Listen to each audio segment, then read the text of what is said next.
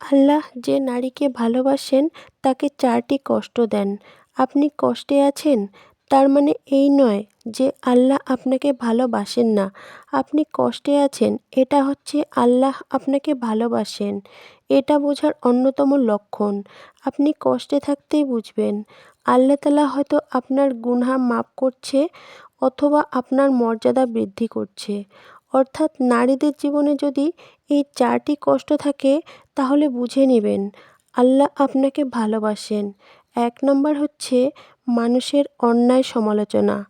আপনি কোনো ভুল কাজ করেননি অথচ আপনাকে মিথ্যা অপবাদ দিচ্ছে।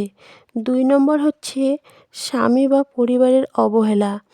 3 নম্বর হচ্ছে যদি আপনার শারীরিক অসুস্থতা থাকে তাহলে মনে করবেন আল্লাহ আপনাকে ভালোবাসেন।